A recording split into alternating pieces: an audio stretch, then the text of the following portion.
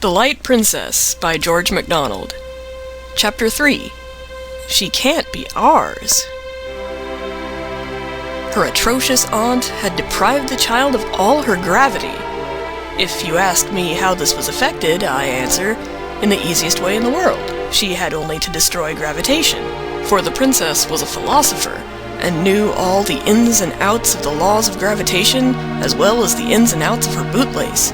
And, being a witch as well, she could abrogate those laws in a moment, or at least so clog their wheels and rust their bearings that they would not work at all. But we have more to do with what followed than with how it was done. The first awkwardness that resulted from this unhappy privation was that the moment the nurse began to float the baby up and down, she flew from her arms toward the ceiling. Happily, the resistance of the air brought her ascending career to a close within a foot of it. There she remained, horizontal as when she left her nurse's arms, kicking and laughing amazingly. The nurse, in terror, flew to the bell and begged the footman, who answered it, to bring up the house steps directly. Trembling in every limb, she climbed upon the steps and had to stand upon the very top and reach up, before she could catch the floating tail of the baby's long clothes. When the strange fact came to be known, there was a terrible commotion in the palace. The occasion of its discovery by the king was naturally a repetition of the nurse's experience. Astonished that he felt no weight when the child was laid in his arms, he began to wave her up and not down, for she slowly ascended to the ceiling as before, and there remained floating in perfect comfort and satisfaction, as was testified by her peals of tiny laughter.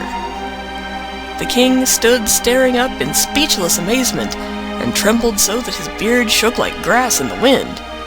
At last, turning to the queen, who was just as horror-struck as himself, he said, gasping, staring, and stammering, She can't be ours, queen."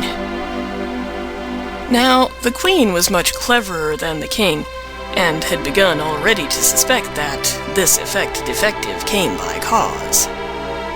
"I am sure she is ours," answered she, "but we ought to have taken better care of her at the christening. People who were never invited ought not to have been present." "Oh ho!" said the king, tapping his forehead with his forefinger. "I have it all. I've found her out. Don't you see it, queen? Princess Makemnwat has bewitched her."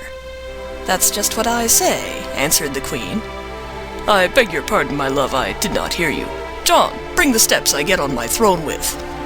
For he was a little king with a great throne, like many other kings.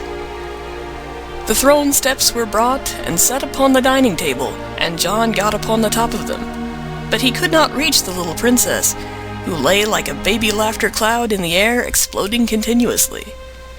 "Take the tongs, John," said His Majesty, and getting up on the table, he handed them to him. John could reach the baby now, and the little princess was handed down by the tongs.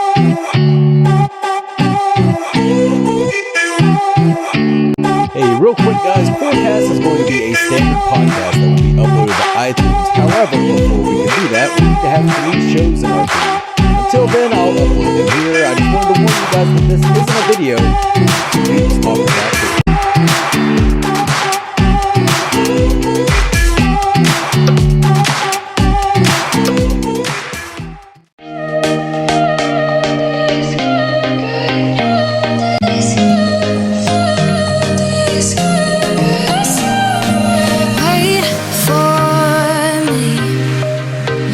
Watching you when you